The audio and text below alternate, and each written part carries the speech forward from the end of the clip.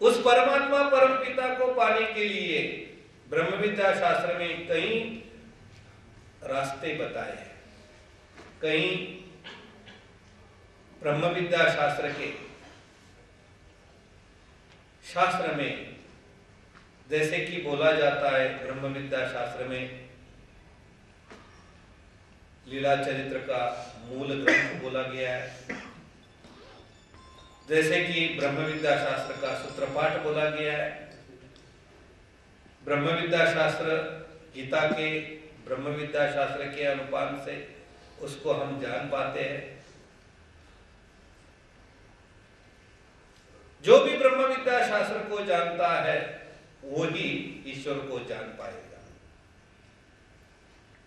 और जब तक उस ब्रह्म विद्या को जानने के लिए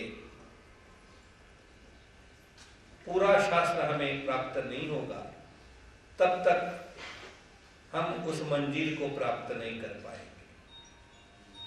कभी कभी ऐसा हो जाता है कि आपने देखा है ना, आधा घड़ा भरा हुआ होता वो उछल जाता है, पानी उसमें से ठीक से बैठता नहीं है, उछलता है। आधा ज्ञान भी आदमी को बिगाड़ देता है।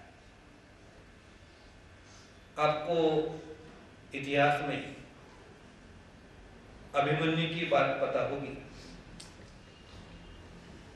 अभिमन्यु को चक्रव्यूह में जाने का ज्ञान था, लेकिन बाहर निकलने का ज्ञान नहीं था। वो अंदर तो चला गया, लेकिन बाहर निकलना मुश्किल हो गया। बस कुछ ऐसी ही हमारी स्थिति आजकल होती है। ब्रह्म विद्या शास्त्र को जानने के लिए अंदर जाना है। विधि प्राप्त करने की बात हो या शास्त्र को समझने की बात हो या आचार करने की पद्धति हो, इसके बारे में आधी जानकारी तो आमतौर पर हमें होती है। शास्त्र सुनते समय, गुरुजनों के मुख से प्रवचन करते समय काफी बातें हम समझ जाते हैं। एक बात को तो जान लेंगे, लेकिन दूसरी बात को नहीं जान पाते। जैसे कि अभिमन्यु ने अंदर जाने की बात अपनी गर्भावस्था में, माता के गर्भावस्था में ही उन्होंने सुन ली थी, जिसके कारण वो चक्रव्यूह भेदने के लिए अंदर तो चला गया, लेकिन बाहर निकलते समय वो अटक गया। आपको आगे की बात तो पता है। मैं समझाना चाहता था कि आपको भी ब्रह्म विद्या शास्त्र का रिगावा और निगावा, जिसके कहते हैं अंदर जाना और बाहर निकालना, इन दोनों बातों को समझने के लिए हमें ब्रह्म विद्या शास्त्र का रिगावा और निगावा, अंदर जाना और बाहर निकलना, इन दोनों बातों को समझना चाहिए। सर्वज्ञ श्री चक्रवर्ती प्रभु जी ने एक दृष्टांत बोला है, हीरे खाने का दृष्टांत कहते हैं उसको। उस हीरे खाने के दृष्टांत में सर्वज्ञ श्री चक्रवर्ती प्रभु जी कहते हैं, कोई एक हीरा खाने के लिए, हीरे के शोध बोध करने के लिए, बोध उसको जानने के लिए, उसको पाने के लिए अंदर जाता है। हर किसी को हीरा नहीं प्राप्त होता है, किसी को हीरा प्राप्त होगा, किसी को हीरकनी प्राप्त होगी। कोई दिन भर प्रयास करता रहेगा, लेकिन उसको हाथ में उसके कुछ भी नहीं आएगा, जबकि एक के ऊपर दरड़ पड़ने की भी संभावना है। बस इस दृष्टांत को बताते हुए स्वामी जी कहते हैं कि ऐसे ही होता है।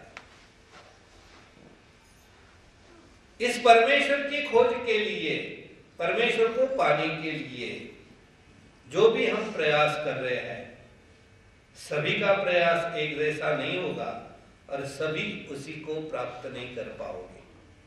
इसलिए उसकी जानकारी जरूरी है और उस जरूरी चीजें की हम इस प्रवचन में चर्चा करेंगे।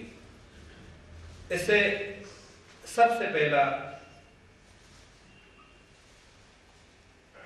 विधि वाक्य बोला गया। ब्रह्म विद्या शास्त्र में काफी बातें उसको जानने के लिए और उसको पाने के लिए बोले गए। आपने सुना होगा, जैसे कि ये विधि वाक्य का टॉपिक हमने आपके लिए चुना हुआ है। काफी ब्रह्म विद्या शास्त्र के ऐसे टॉपिक है जिसको हम समझते हैं कि जैसे कि एक विधि वाक्य होता है, एक निषेध वाक्य होता है, और भी नाम आपने ब्रह्म विद्या शास्त्र संदर्भ में सुने होंगे, पढ़े होंगे। जैसे कि स्मरण वाक्य बोले जाते हैं, साध्य वाक्य बोले जाते हैं, महावाक्य बोले जाते हैं, अवाक्य वाक्य बोला जाता है, प्रकरण वाक्य बोला जाता है। काफी ब्रह्म विद्या शास्त्र को जानने के समय काफी ईश्वर को पाने के लिए और जानने के लिए तरीके बोले गए हैं, और उसमें सबसे सीधा साधा और आसान तरीका ये विधि वाक्य बोला है। जो विधि वाक्य हमें परमेश्वर को जानने के लिए और पाने के लिए जरूरी है, उसमें सबसे बड़ी उपलब्धि हमारे लिए है, वो बोली जाती है विधि भावातीत अनुष्ठान। सबसे बड़ी उपलब्धि हमें विधि भावातीत अनुष्ठान के जरिए उसको सावधानी के साथ प्राप्त कर सकते हैं। जैसे मैंने अभी बोला, आपको काफी वाक्य बोले गए, विधि वाक्य बोले गए, निषेध वाक्य बोले गए। जैसे कि स्मरण वाक्य बोला गया है, जैसे अभी भी आपने सुना है कि महावाक्य भी होता है, करणीय प्रकरण का वाक्य भी बोला जाता है। ब्रह्म विद्या शास्त्र में जो 1050 सूत्र बोले गए, 250 ये सूत्रपाठ में आपने सुना है, 1050 ब्रह्म विद्या के सूत्र है, उसमें अलग अलग टॉपिक बोले गए।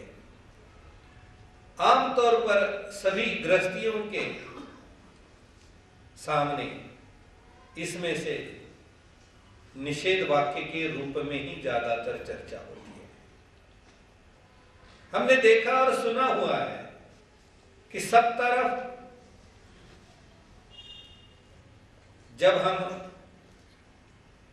हमारे परिवार में चर्चा करते हैं, बच्चों के साथ बोलते हैं, या अन्य गृहस्थियों के साथ भी हम जब इस धर्म के बारे में बोलते हैं, तो आमतौर पर ऐसे बोला जाता है जैसे कि अभी आज से नवरात्र शुरू हो गया, आपके साथ वाला कोई पड़ोसी है, वो कहता है कि क्या बात है, आप कहाँ जा रहे हो? आप कहते हैं कि नहीं, हम मंदिर में जा रहे हैं। तो चाय पी के जाओ, तो आप कहेंगे कि नहीं, हमने नहीं चाय पीनी। वो पूछ बैठता है कि क्यों नहीं पीनी? आप बोल देते कि हमारे धर्म में आज नपालता बोला गया है, और नपालता की वजह से हम बाहर का खाना नहीं खाते। हमने क्या किया? देखने की और जानने की बात है। इससे हम समझना चाहिए कि हम तो साबित रहे, हम तो सुरक्षित रह गए। हम तो बोल बैठे कि हमारे धर्म में, हमारे संप्रदाय में नवरात्रि उत्सव में बाहर का कुछ खाना नहीं है। लेकिन इसका दूसरा एक पहलू हमारे से हो रहा है, जिससे हम सुरक्षित रहे लेकिन पंथ को बदनाम कर रहे हैं। बात वही है, लेकिन उसको समझाने की जो रीत है, समझाने की जो पद्धति है, उसमें हम सुधार करने की जरूरत है। हम क्या कह बैठे? हमारे धर्म में, हमारे संप्रदाय में, हमारे जय कृष्णी विधि में हम जय कृष्णी बाहर का 10 दिन